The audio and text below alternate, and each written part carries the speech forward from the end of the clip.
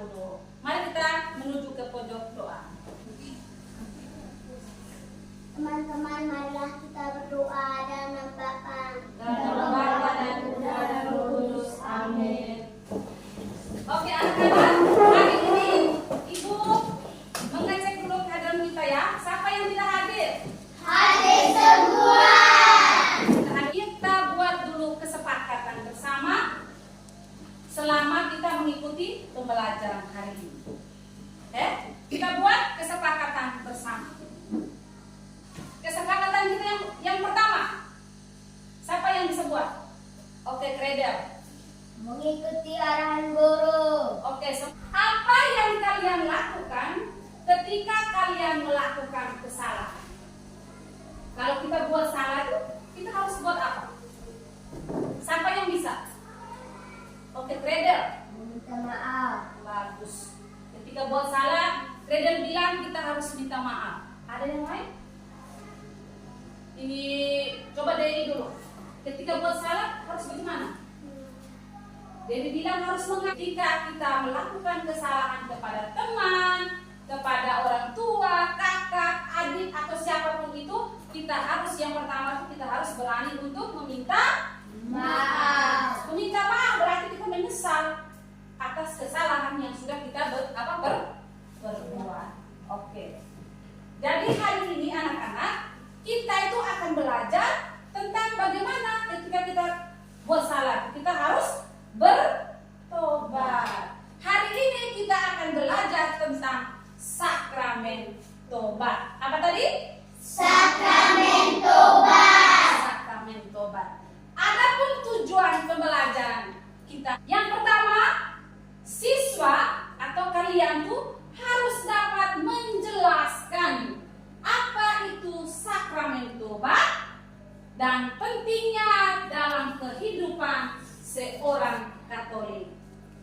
Yang kedua, kalian juga harus dapat menerapkan konsep sakramen tobat dalam kehidupan sehari-hari. Yang ketiga, kalian dapat mengidentifikasi langkah-langkah dalam sakramen tobat. Ada langkah-langkahnya, ada urutannya dalam sakramen tobat itu. Nanti kita belajar bersama. Yang terakhir, kalian dapat membuat sebuah doa syukur atas rahmat pengampunan yang kamu terima. Jadi ada 4 tujuan pembelajaran kita yang harus kita capai dalam pembelajaran kita hari Ini. Langkah pertama kita, Ibu akan menyajikan sebuah gambar dan sebuah cerita tentang anak yang bertobat. Kita lihat bersama ya. Gambar seorang anak yang bertobat. Sudah lihat? Sudah. Sekarang ada ceritanya. Kisah seorang anak yang bertobat. Ada seorang anak yang sangat jahat, suka bertengkar dengan temannya, suka berkelahi. Dia tidak mau mendengarkan nasihat orang tuanya. Bahkan tidak pernah berdoa dan tidak pernah ke Gereja. Dan saat itu ia melihat seseorang yang berpakaian putih bercahaya yang sedang berjalan. Terus anak itu dia mengikuti orang tersebut. Dia mengikuti orang tadi tanpa sadar dia sampai ke tempat itu tadi sangat panas. Dan semua orang di situ tadi berteriak minta ampun. Seseorang yang berpakaian putih tadi itu adalah malaikat. Lalu malaikat itu berkata kepada anak, Anda tidak berbakti kepada orang tua, suka melawan dan merugikan mereka, suka berkelahi dengan teman, suka berbohong, maka akan dijatuhi hukuman di neraka. Dengan cepat anak itu tadi dia berlutut dan memohon kepada malaikat tadi untuk membantunya agar terhindar dari neraka. Karena di neraka itu dia sudah melihat di situ ada api sangat panas. Orang-orang di situ berteriak minta ampun. Anak yang jahat itu dia mulai menangis. Dia menangis terseduh-seduh. Terus akhirnya malaikat itu menasihati dia. Malaikat itu meminta anak itu untuk memohon ampun kepada orang tuanya dan bertobat. Tiba-tiba saat itu juga ia kaget dan terbangun. Seluruh badannya itu berkeringat. Kalau tadi dia takut, dia tadi mau masuk api neraka toh, dia melihat api neraka. Seluruh badannya berkeringat dan saat itu dia tidak bertobat. Dia sudah terbangun dari tidurnya tadi, sakitnya tadi sudah hilang. Dia mulai bertobat. Dia dengan berbuat baik kepada semua orang. Dia mulai berbuat baik kepada semua orang, terus sangat berbakti kepada orang tuanya. Dia rajin berdoa, rajin ke gereja. Orang tuanya itu melihat anaknya itu, mereka sangat senang karena sifat anaknya sudah berubah dan anak itu menyayangi orang tuanya. Kenapa dia bisa berubah? Karena tampaknya nasihat dari malaikat tadi telah membuatnya bertobat dengan tulus. Tadi sudah lihat gambar, sudah dengar cerita, Reda, coba buat. Bagaimana cara anak itu bertobat? Lagi pertanyaan yang berikut, Lelin. Apakah kamu sering membantah orang tuamu? Angelo, ayo. Apakah kamu sayang kepada teman?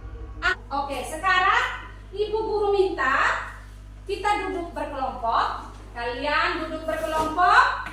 Nanti kalian berdiskusi bersama pertanyaan-pertanyaan tadi. Setelah itu kalian memberikan pendapat atau jawaban tentang pertanyaan-pertanyaan itu. Oke, silakan. Pertanyaan-pertanyaan tadi.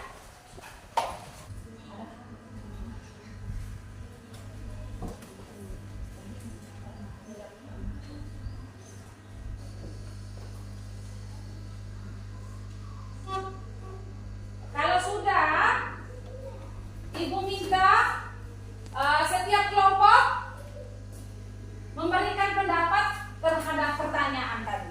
Tadi pertanyaan yang pertama tadi apa? Apakah kamu sering membantah orang tuamu? Oke. Kelompok 1. Tidak pernah. Tidak pernah. Kelompok. Oke. Bagaimana perasaanmu ketika melakukan perbuatan yang tidak baik terhadap orang tua, terhadap teman, terhadap guru misalnya? Apa yang kamu rasakan? Merasa bersalah. Bagus, merasa bersalah. Ada dosa ya toh? Kepada siapa melakukan dosa? Kepada Tuhan. Melalui imam atau Bapak Pastor. Oke. Sudah toh? Sudah. Sekarang Ibu minta kalian tetap duduk seperti ini. Kita menonton sebuah video tentang tata cara mengaku dosa. Di video ini saya akan memperlihatkan sedikit pelajaran bagi anak-anak komunitas sama bagaimana cara mengaku dosa atau menerima sakramen taubat. Cara Cara mengaku dosa. Sudah lihat toh? Sudah. Nanti setelah ini Ibu akan memberikan lembar kerja kalian untuk kalian selesaikan dalam kelompok. Tapi buka kitab suci Injil Yohanes, silakan buka.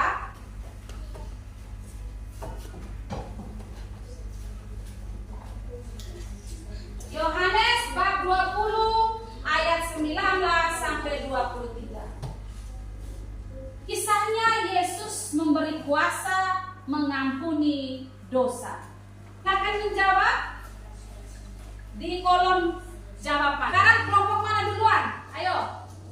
Kelompok 1 atau kelompok 3 atau kelompok 2? Kelompok 1 Ibu memberikan kesempatan untuk mempresentasikan hasil diskusi. Kelompok 1 kami berikan berikan kesempatan. Kata-kata apa yang diucapkan Yesus untuk memberi kuasa kepada rasul-rasulnya untuk mengampuni dosa? Jawab, damai sejahtera bagi kamu dan terimalah Roh Kudus. Oke, nomor. Terima kasih atas kesempatan yang diberikan kepada saya. Saya akan melaporkan hasil diskusi nomor 1. Kata-kata apa yang diucapkan Yesus untuk memberi kuasa kepada rasul-rasulnya untuk mengampuni dosa? Jawab, damai sejahtera bagi kamu. Terimalah Roh Kudus jikalau kamu mengampuni dosa orang. Oke, Nomor 1. Kata-kata apa yang diucapkan Yesus untuk memberi kuasa kepada rasul-rasulnya untuk mengampuni dosa? Jawab, damai sejahtera bagi kamu. Dan terimalah Roh Kudus. Oke. Yang pertama itu kuasa mengampuni dosa yang diterima oleh para rasul dalam kitab suci tadi itu kemudian diserahkan kepada penggantinya. Tadi Tuhan Yesus memberikan kuasanya kepada para rasul. Setelah itu diserahkan kepada penggantinya. Penggantinya yaitu siapa yang sekarang ada? Kepada Pak Paus, pemimpin gereja Katolik. Siapa lagi? Siapa lagi? Imam. Sampai sekarang toh? Ya. Kuasa itu diberikan oleh Tuhan kepada terus ketika kita mau mengaku dosa, kita mengaku dosa kepada siapa? Kepada Tuhan. Kepada Tuhan melalui siapa? Imam atau melalui romo. Kita tuh mengaku dosa bukan kepada romo, tetapi kepada Tuhan. Tetapi melalui Bapak Pastor, ya toh? Bapak Pastor sebagai penggantinya. Penggantinya siapa? Para rasul. Imam atau pastor itu adalah tanda yang kelihatan dan sarana dari gereja. Jadi kalau kita mau cari Tuhan di mana? Tidak ada toh? Tidak bisa melihat Tuhan. Nah, kita mengaku dosa kepada siapa? Kepada Tuhan melalui imam tadi. Imam itu yang kelihatan sebagai sarana dari apa? Gereja. Imam memberi pengampunan atas nama siapa? Atas nama Tuhan. Bukan romo yang kasih pengampunan kita saat kita mengaku dosa tuh, bukan romo yang kasih pengampunan, tetapi tuh Tuhan sendiri yang mengampuni siapa? Dosa-dosa kita. Terus dalam video tadi, upacara pengakuan dan pengampunan dosa itu merupakan tanda bahwa Tuhan sudah mengampuni dosa-dosa kita karena kita sungguh-sungguh mau bertobat. Karena kita sungguh mau bertobat dengan mengaku dosa, maka Tuhan mengampuni dosa-dosa kita. Karena itu pengampunan dosa itu merupakan sakramen, yakni tanda bahwa kita bertemu dengan Tuhan dan mendapat pengampunan darinya. Tanda pertobatan kita terungkap dari apa? Dari doa tobat yang kita ucapkan dan pengakuan dosa-dosa kita itu di hadapan Bapa pengakuan. Pengakuan itu imam tadi. Tanda pengampunan dari Tuhan dapat kita dengar dari ucapan Bapa pengakuan. Dan Bapa pengakuan itu imam Imam itu yang berkata bagaimana? Aku mengampuni dosa-dosamu dalam nama Bapa dan Putra dan Roh Kudus. Itu tadi sudah. Dengar, seseorang yang akan menerima sakramen tobat itu dia harus tahu tahapan-tahapannya. Ada langkah-langkahnya. Tadi kelompok 2 tadi sudah sebut langkah-langkahnya itu.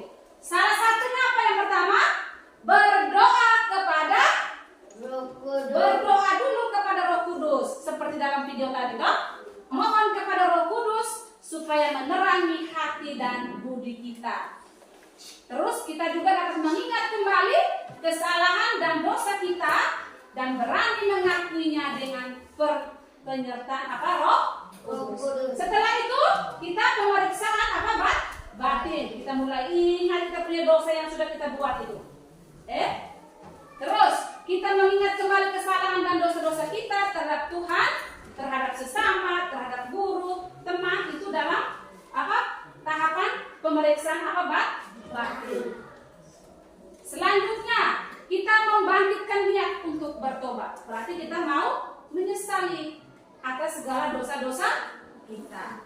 Baru masuk ke tahap yang berikut, tahap apa? Pengakuan dosa. Tahap pengakuan dosa tadi itu kita nonton dalam video tadi itu, kita masuk ke mana? Ke ruang pengakuan. Masuk ke ruang pengakuan. Di sana Bapak Pastor atau Bapak pengakuan sudah menunggu kita toh. Kita mulai mengaku semua dosa-dosa kita secara apa? Jujur. Dalam sakramen tobat juga itu tadi setelah kita mengaku dosa, Bapak pengakuan itu memberikan kita yang namanya absolusi atau penitensi, memberikan pengampunan atas dosa-dosa yang sudah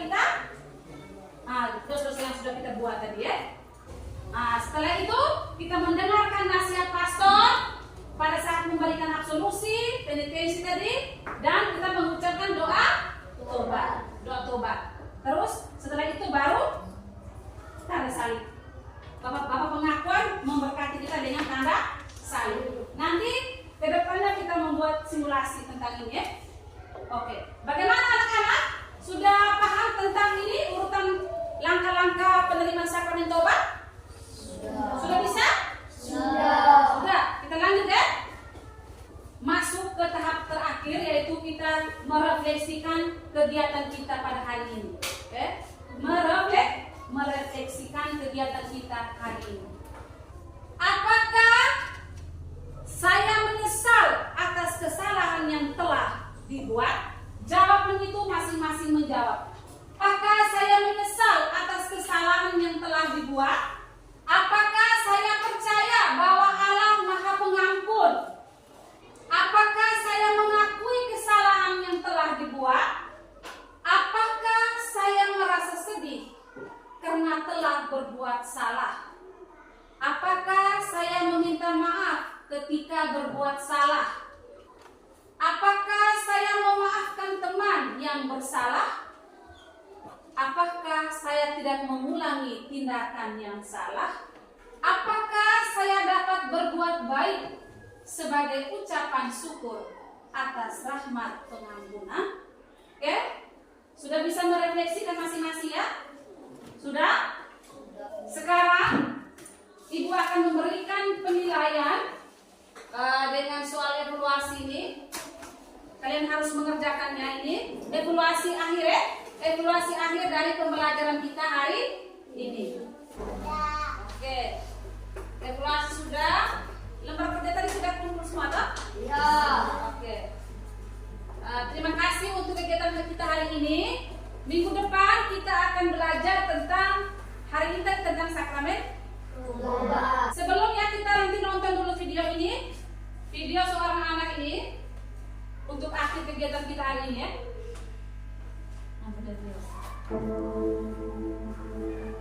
Suatu hari, ada seorang anak bernama Chandra. Dia tampan, ceria, dan juga sangat suka bermain. Di tabletnya, Chandra sangat suka bermain mobile. Oke. Baik anak-anak, tadi video yang barusan kita nonton itu sebagai pesan moral untuk kita. Ketika kita melakukan kesalahan, kita harus meminta kepada Putra dan Roh Kudus. Amin.